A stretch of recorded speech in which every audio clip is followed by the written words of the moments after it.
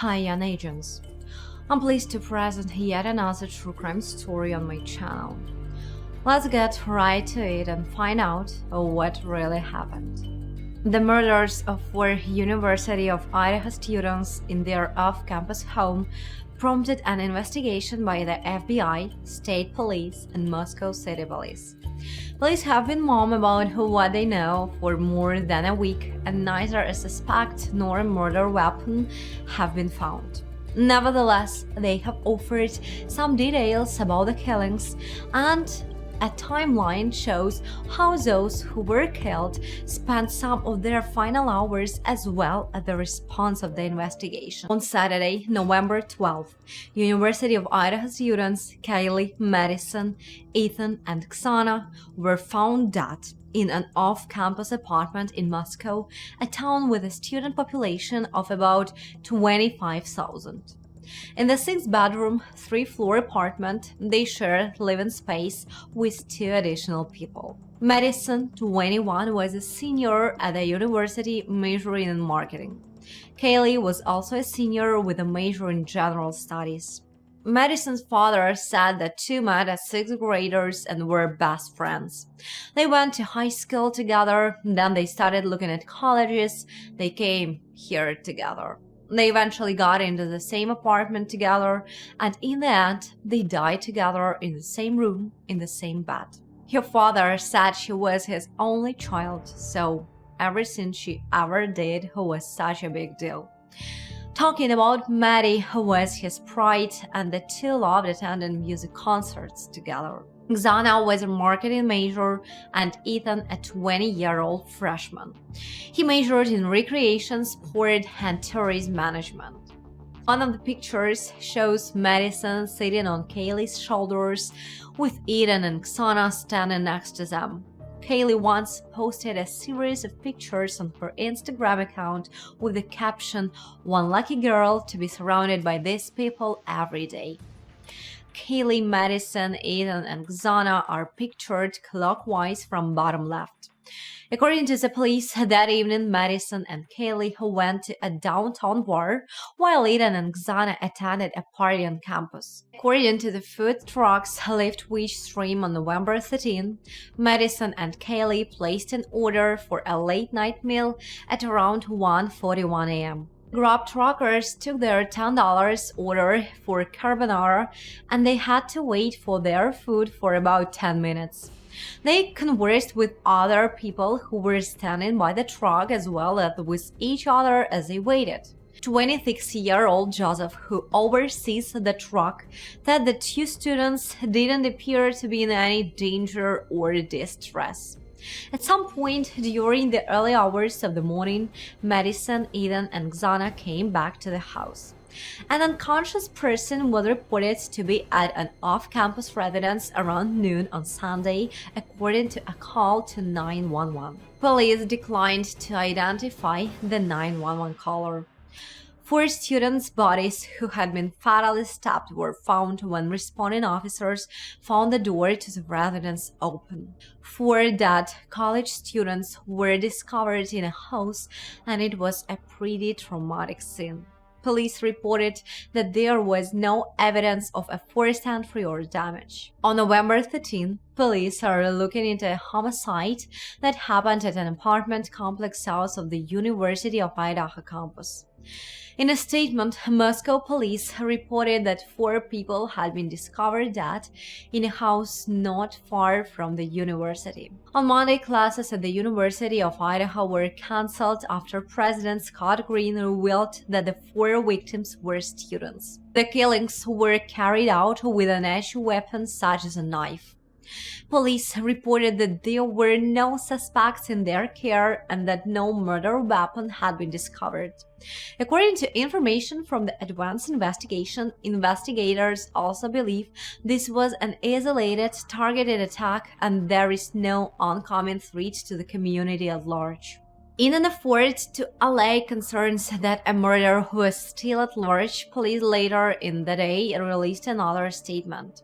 James Fry, the chief of the Moscow Police Department, speaks on November 16 during a press conference in Moscow, Idaho. He said, "Can't claim that there is no threat to the community.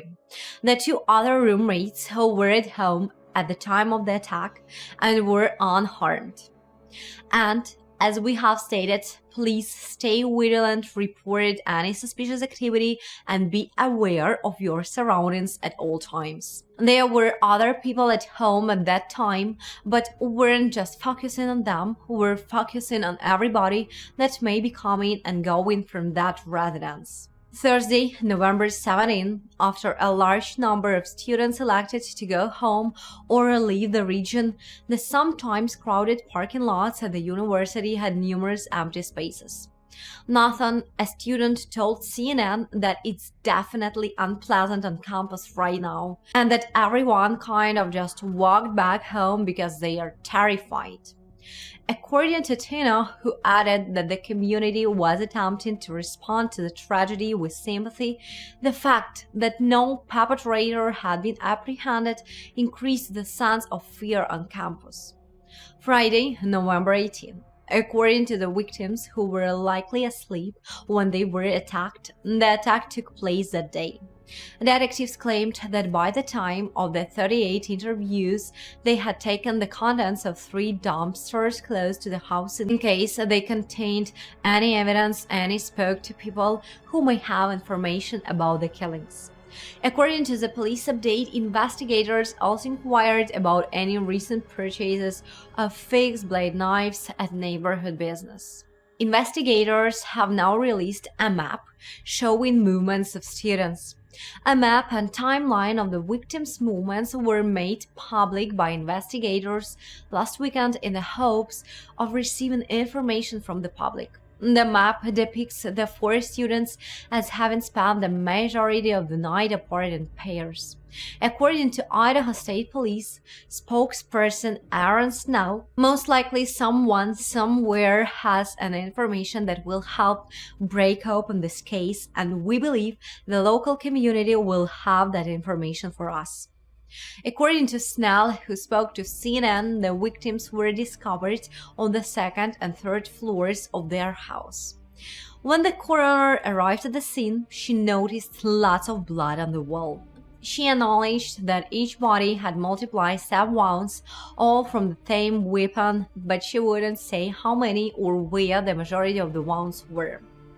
On November 19, Saturday, in connection with the inquiry, the authorities spent around 2 hours at the crime scene. Bell, a prosecutor, said, "We are trying to accelerate everything that can potentially lead to a suspect, and yet they continue to ask questions." Sunday, November 20, 1 week after the deaths of the 4 students were found, neither a suspect nor a weapon had been found. Police revealed that they had received 646 tips and interviewed more than 90 people. Fry refused to reveal who called 911 from the house where the students were killed, claiming that only one of the surviving housemates' phone was used to make the call. He refused to identify who made the call. Fry stated that additional friends had arrived at the scene and that the 911 caller isn't a suspect. Although detectives have already used various tips and surveillance videos to rule out potential suspects, they are currently seeking additional tips and surveillance footage of any unusual behavior. Tips and leads have led investigators to look for additional information about a vehicle being in the immediate area of the King Street residence during the early morning hours of November 13th. Investigators believe the occupants of this vehicle may have critical information to share regarding this case. Moscow police are asking anyone who has information about a person or persons who may have been driving this vehicle on the days preceding the murders to contact them. This concludes the story of 4 University of Idaho students who were slain in their beds while they slept. Young agents, thank you for your attention. If you know something about this case, please write down in the comments below. Stay safe and see you the next time. Bye.